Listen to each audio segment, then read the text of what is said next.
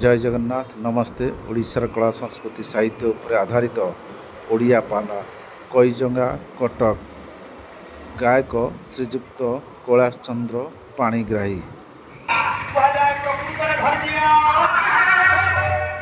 पूर्व अवस्था पड़ी मनुष्य जदि स्थितप्रज्ञ होइकरी बसी ताकू धैर्य बाजू धैर्य शब्दर साधु अर्थ होउची स्थितप्रज्ञ बुझिबा स्थितप्रज्ञ होइकरी बस मु काहाको बेसी भल पाए देवती ए कृष्ण को अरे भीष्म को सतराजी को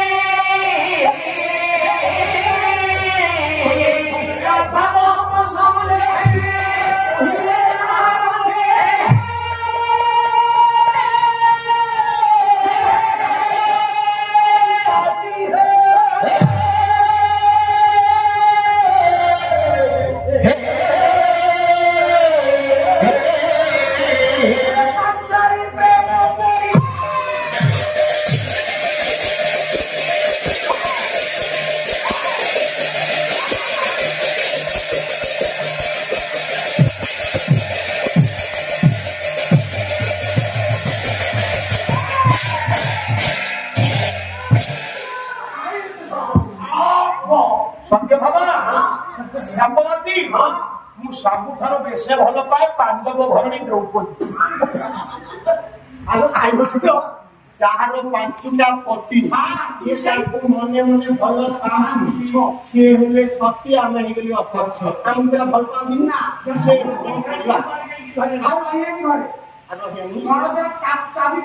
चापी कौन करवा खाइबा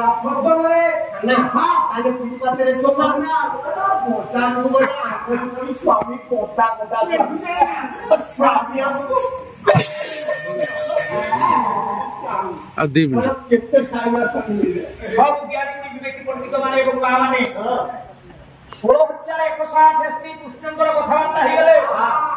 प्रभु भल पाती योग्य को गाली जयती स्वामी जब आमको भल पाती द्रौपदी की भल पाती सी भागवत भक्ता आमर बंचिकी केते बोले केते जयती हेले केते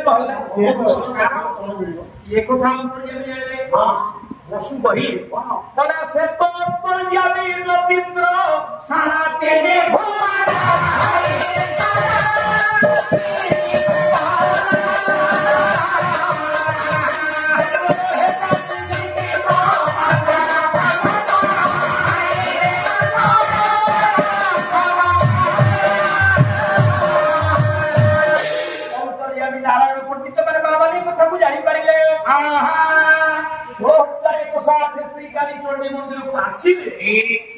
गर्व खर्व करा कि आज मैंने राजगुड़ी गले काली केमिति मंदिर को आसवे से मैंने कृष्ण कौन कले 16,108 स्त्री 16,108 रूप हेले कृष्ण कथा एमती था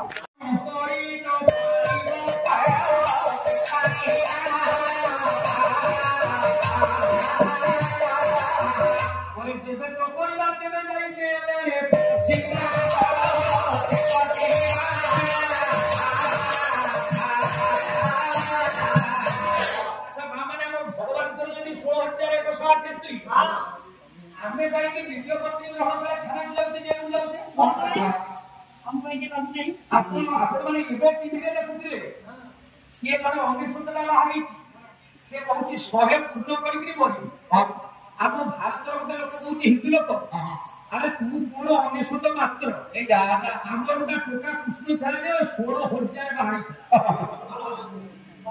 कृष्ण को केमी बुझी आज्ञा मैंने कहते भगवान जब एमती कम करेंगे आम गाँव कौन लोग 2टा बाहर 3टा स्त्री कथा बढ़ा आम गाँव रखी दू पड़ी दू कृष्ण को भगवान दियो बोली घरे केते लोक गाना उपमान भी से किछि करि ना तेणु दादा मैंने देखिबा ପ୍ରକୃତରେ ବା କୃଷ୍ଣଙ୍କର 16,108 ସ୍ତ୍ରୀ କି ନାହିଁ ପୁରାଣରେ ତ ଲେଖା ହେଇଛି କଥା ସତ୍ୟ ଆଜ୍ଞା କିନ୍ତୁ ଆମେ ତାକୁ କେମିତି କୋଉଠି ପାଇଁ ଲେଖା ହେଇଛି ପୁରାଣ ଆଜ୍ଞା ମୁଁ କହୁଥିଲି ମଣିଷ ଯେତେବେଳେ ବେଦତ ବୁଝିଲା ମନୁଷ୍ୟମାନେ ବେଦାନ୍ତ ତିଆରି କଲେ ବେଦାନ୍ତ ବୁଝିଲା ଉପନିଷଦ ତିଆରି ହେଲା ଉପନିଷଦ ବୁଝିଲେ ତେଣୁ ପୁରାଣର କାହାଣୀ ସବୁ ଲେଖା ହେଇଛି ଯଦି ପୁରାଣ ବେଦ ତାହେଲେ ଏହା ଦ୍ୱାରା ସମାଜ କଣ ଶିକ୍ଷା ପାଏ ଭାବରେ ଗୋଟେ ଏଡ୍ସ ବିଷୟରେ ପାଳନ ଏ ପିଲେ ପରୀକ୍ଷାରେ ପଡିବ ମନରେ ପରେ ପିଲେ ଏଡ୍ସ ପିଲାମାନଙ୍କର ବହିରେ ପଢା ହଉଛି ଯଦି ଶ୍ରୀତ ବହି ଆଜ୍ଞା ଏଇ ଆପଣଙ୍କର ଡେଙ୍ଗା ହେଇକି ଶ୍ରୀତ ବହିର ଏଡ୍ସ ବିଷୟରେ 2 ଜଣ ପାଲାଗାୟକୁ ନେଇଥିଲା ମୁଁ ଯାଇଥିଲି ଆଜ୍ଞା 4 ବର୍ଷ ତଳେ 10,000 ଦେଇକି ଲିଙ୍ଗରାଜଙ୍କ ଅଭଡ଼ା ଦେଲା ଶୁଟିକି ହେଲା କ୍ୟାସେଟ୍ ସେ ତାଙ୍କର ବିକ୍ରି ଆମକୁ ପଇସା ତ ଦେଇଦେଇଛି ଆପଣଙ୍କୁ ସେତିକି କଣ ମିଳିବ ସିଏ କହିଲା କହିଲା ପୁରାଣରେ କେମିତି ଏଡ୍ସ ବିଷୟରେ ଆଲୋଚନା ହେଇକି ଆପଣମାନେ ଦେବେ ମୁଁ କହିଲି ଏଗୁଡାକ ନୂଆ କଥା ନୁହଁ ଆମ ପୁରାଣରେ ଏଡ୍ସ ବିଷୟରେ ସମ୍ପୂର୍ଣ୍ଣ ପ୍ରଚାର ହେଇଛି ନା କେମିତି ମୁଁ କହିଲି ସତ୍ୟ ଯୁଗରେ ନୃସିଂହ ମହାପ୍ରଭୁ ଏକ ପତ୍ନୀ ବ୍ରତ କଲେ ଏଡ୍ସ ବିରୁଦ୍ଧରେ ସ୍ୱର ଉତ୍ତୋଳନ କଲେ ଏଡ୍ସ ଏକ ରୋଗ ନୁହେଁ ସତ୍ୟ ତ ଏଡ୍ସ ଏକ ରୋଗ ନାଇଁ ରେ ଏଡ୍ସ ବା ଜମା ରୋଗ ନୁହଁ ଦେଖ AIDS ଏ ହଉଛି ଆକ୍ୱାର ଶବ୍ଦର ଅର୍ଥ ହଉଛି ଅର୍ଜିତ ଆଇ ଶବ୍ଦର ଅର୍ଥ ହଉଛି ଇଣ୍ଡିଗୋ ଅର୍ଜିତ ରୋଗ ପ୍ରତିରୋଧକ ଶକ୍ତି ଏଆଇଡି ଡେଫିସିଏନ୍ସି ଅଭାବ ଜନିତ ଏସ୍ ହଉଛି ସିଣ୍ଡ୍ରୋମ ବିବିଧ ରୋଗ ପ୍ରତିରୋଧକ ଶକ୍ତିର ବିବିଧ ଲକ୍ଷଣ ସେ ବା ଏକ ରୋଗ ଅର୍ଜିତ ରୋଗ ପ୍ରତିରୋଧକ ଶକ୍ତିର ବିବିଧ ଲକ୍ଷଣ ସେ ଏକ ରୋଗ କେମିତି ଆପଣଙ୍କୁ କହୁଛି ଯେତେବେଳେ ପରମାତ୍ମା ପରମେଶ୍ୱର ବା ଶରୀରକୁ ତିଆରି କଲେ ତମେ ଯେମିତି ତମ ରାଜ୍ୟକୁ ତିଆରି କରି ଯୋଗେଇବା ପାଇଁ ତିଆରି କରିଛ ବଡର ସିକ୍ୟୁରିଟି ଫୋର୍ସ BSF ଯବାନ ସେମିତି ଭଗବାନ ବା ଶରୀରକୁ ତିଆରି କରି ଶରୀରକୁ ଜଗିବା ପାଇଁ D4 ଲିମ୍ଫୋସାଇଟ୍ ବିଜ୍ଞାନରେ କୁହାଯାଉଛି ସାମରିକ ବାହିନୀ ବା ସୀମାନ୍ତ ବାହିନୀ ରଖୁଛନ୍ତି ବାହାରୁ ଯଦି ଜୀବାଣୁ ଆସିବେ ଏ D4 ଲିମ୍ଫୋସାଇଟ୍ ତାଙ୍କୁ ଅଟକେଇବେ ବୁଝୁଛି ତମ ଦେହରେ ଯେତେବେଳେ D4 ଲିମ୍ଫୋସାଇଟ୍ ଦୁର୍ବଳ ହେଇଯିବେ ନା ସିଏ କେମିତି ଦୁର୍ବଳ ହେବେ ନା HIV ଜୀବାଣୁ ତମ ଦେହରେ ପ୍ରବେଶ କରେ ନା HIV ଜୀବାଣୁ କଣ H ରେ ହଉଛି ହ୍ୟୁମାନ୍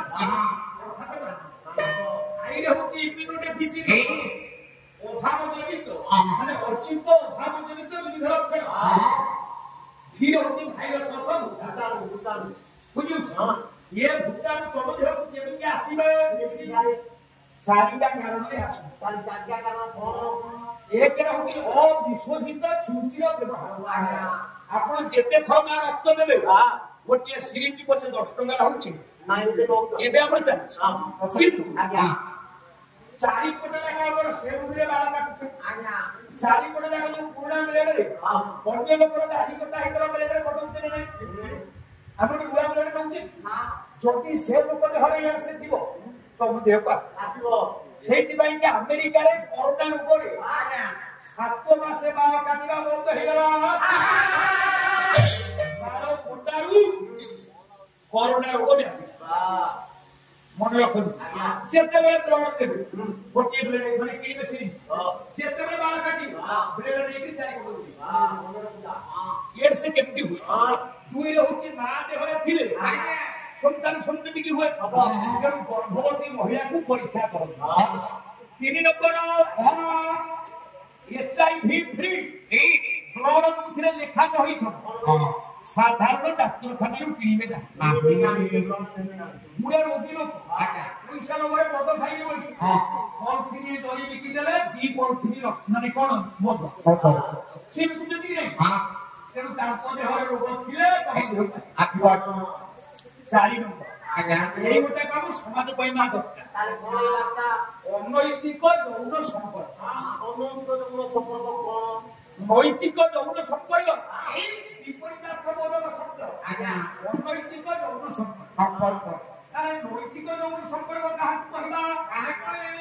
ଭାଗବତରେ ଜଗନ୍ନାଥ ଦାସ କହିଲେ କଣ କହିଲେ? ଫଳେ ସଂସ୍କାର କାଳ ସଙ୍ଗେ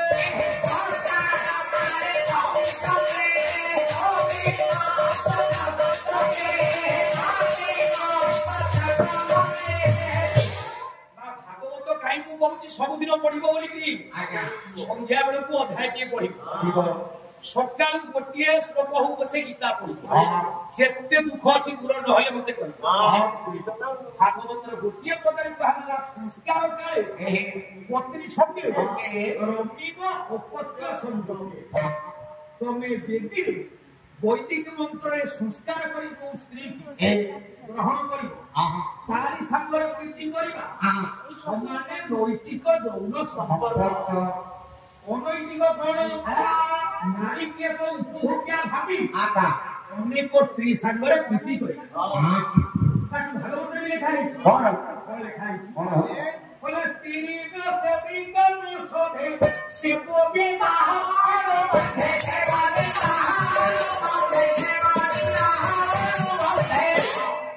ସ୍ତ୍ରୀ କି ଆଜ୍ଞା ଉପଭୋଗ୍ୟା ବୋଲି କେବେ ଗ୍ରହଣ କରନ୍ତି? ଆମ ଭାରତୀୟ ସନାତନୀ ମାନେ ନାରୀକି କେବଳ ମା ବୋଲି ସମ୍ବୋଧନ କରିଛନ୍ତି। ଅନ୍ୟମାନେ କଣ କହୁଛନ୍ତି? ସ୍ତ୍ରୀ କି ୱାଇଫି କହୁଛନ୍ତି। ଆମେ କହିବୁ ୱାଇଫି? ଆମେ କହିବୁ ନର ନାରାୟଣ ଶୈବ ନାରାୟଣୀ ସ୍ୱୟଂ ନର ନାରୀ ମେକ ବ୍ରହ୍ମ କୃଷ୍ଣଚନ୍ଦ୍ର। ଆମେ କହିବୁ ସ୍ତ୍ରୀ କି ସଧର୍ମୀ ସ୍ୱାମିନୀ ପତ୍ନୀ। ଠାକୁର ଅନୁକୂଳ ଚନ୍ଦ୍ର ତାଙ୍କ ସ୍ତ୍ରୀ କି ଲକ୍ଷ୍ମୀ ମା ବିନା କିଛି ନାହିଁ। କାହିଁକି? ଏଥିପାଇଁ ଜଗତକୁ ଶିକ୍ଷା ଦିଆଯାଉଛି। କିନ୍ତୁ ଆମେ କେତେବେଳେ ୱାଇଫି କହିବୁ? ଆଜ୍ଞା ୱାଇଫି ଶବ୍ଦର ଅର୍ଥ ବୁଝିଗଲେ ଆମେ କେତେବେଳେ ଡାକିବୁ ୱାଇଫି ବୋଲି? ଦେଖିଲେ W I F L T. W ରେ ହଉଛି ୱାଣ୍ଡରଫୁଲ, ଆଇ ମାନେ ଇନଷ୍ଟ୍ରୁମେଣ୍ଟ ଅର୍ଥ ଯନ୍ତ୍ର। ଆଶ୍ଚର୍ଯ୍ୟଜନକ ଯନ୍ତ୍ର ବୋଲି ଯିଏ ନାରୀ କି କହୁଛି ସେ ୱାଇଫି ବୋଲି ଡାକୁଛି। ଡବ୍ଲ୍ୟୁ ଆଇ ଏଫ୍ ଏଫ୍ ର ଓଡ଼ିଆ ହଉଛି ଫର ମାନେ ପାଣି, ଟି ଅର୍ଥ ଏନ୍ଜୟମେଣ୍ଟ। ଏନ୍ଜୟମେଣ୍ଟ ଫର ୱାଣ୍ଡରଫୁଲ ଇନଷ୍ଟ୍ରୁମେଣ୍ଟ। ଆନନ୍ଦ ଉପଭୋଗ କରିବା ପାଇଁ ନାରୀ କି ଏକ ଯନ୍ତ୍ର। ଆମେ କହିବୁ ଆମେରିକା ଜର୍ଜିଆ ସହରରେ ଏହି ଦେଶର ଆବିଷ୍କାର ହେଇଥିଲା। ତାଙ୍କ ଦେଶରେ ଶତ୍ରୁଘ୍ନ ତୁମ ସ୍ତ୍ରୀ ଅନ୍ୟ ସାଙ୍ଗରେ ମିଶି ପାରିବ, ତା ସ୍ତ୍ରୀ ତା ସାଙ୍ଗରେ ଯାଇପାରିବ। ତାଙ୍କ ଏଇ ଦେହରେ ବେଶୀ ରୋଗ ସୃଷ୍ଟି